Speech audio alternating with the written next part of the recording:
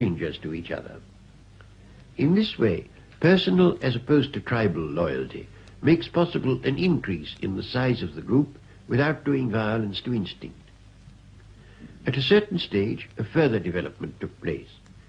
Wars, which originally were wars of extermination, gradually became, at least in part, wars of conquest. The vanquished, instead of being put to death, were made slaves and compelled to labor for their conquerors. When this happened, there came to be two sorts of people within a community, namely the original members who alone were free and were the repositories of the tribal spirit, and the subjects who obeyed from fear and not from instinctive loyalty. Nineveh and Babylon ruled over vast territories, not because their subjects had any instinctive sense of social cohesion with the dominant city, but solely because of the terror inspired by its prowess in war. From those early days down to modern times, war has been the chief engine in enlarging the size of communities, and fear has increasingly replaced tribal solidarity as a source of social cohesion. This change was not confined to large communities. It occurred, for example, in Sparta, where the free citizens were a small minority, while the helots were unmercifully suppressed. Sparta was praised throughout antiquity for its admirable social cohesion, but it was a cohesion which never attempted to embrace the whole population, except insofar as terror compelled outward loyalty. At a certain stage in the development of civilization, a new kind of loyalty began to be developed, a loyalty based not on territorial affinity or similarity of race, but on identity of creed. So far as the West is concerned, this seems to have originated with the Orphic communities, which admitted slaves on equal terms. Apart from them, religion in antiquity was so closely associated with government that groups of co-religionists were broadly identical with the groups that had grown up on the old biological basis. But identity of creed has gradually become a stronger and stronger force.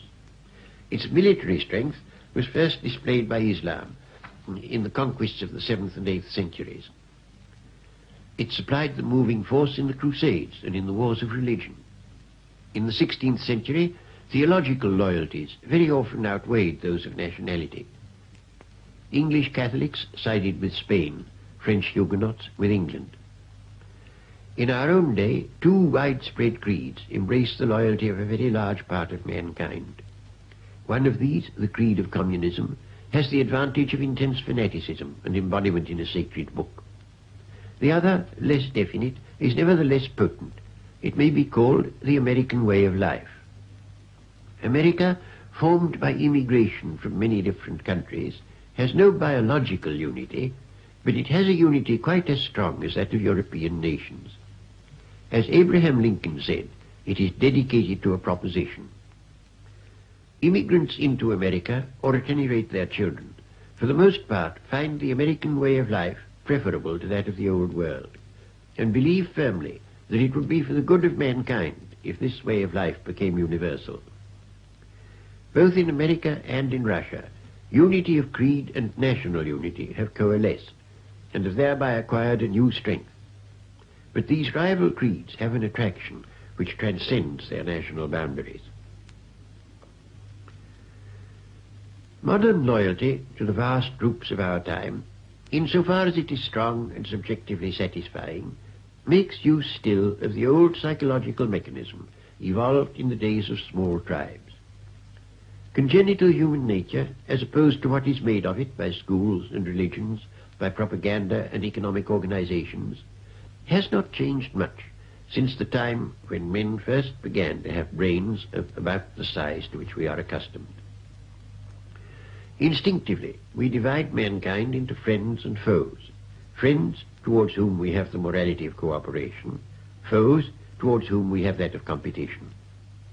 But this division is constantly changing. At one moment, a man hates his business competitor. At another, when both are threatened by socialism or by an external enemy, he suddenly begins to view him as a brother. Always, when we pass beyond the limits of the family, it is the external enemy which supplies the cohesive force. In times of safety, we can afford to hate our neighbor. but in times of danger we must love him.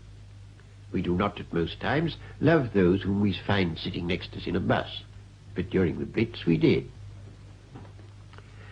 It is this that makes the difficulty of devising means of worldwide unity.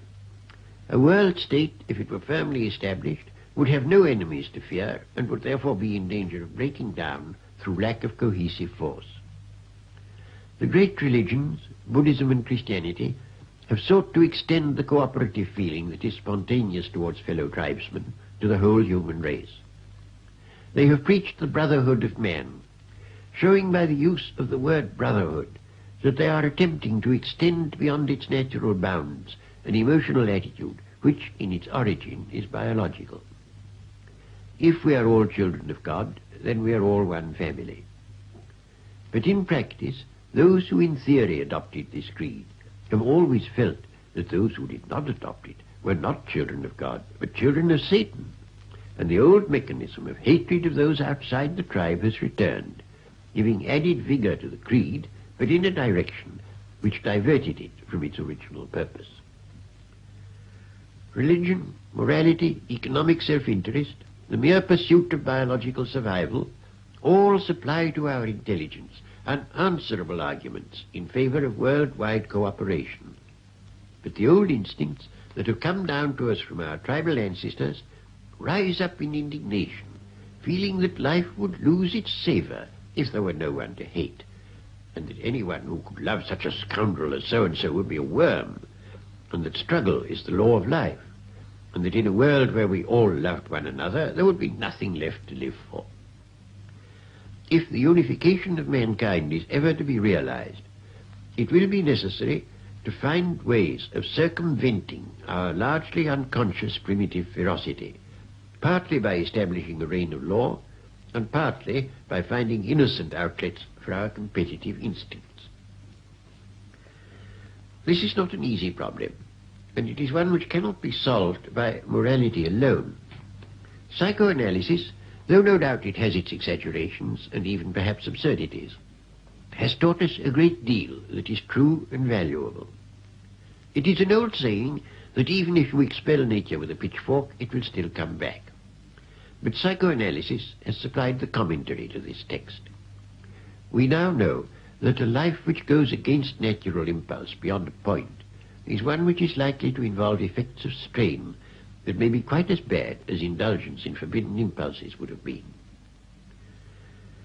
People who live a life which is unnatural beyond a point are likely to be filled with envy, malice, and all uncharitableness.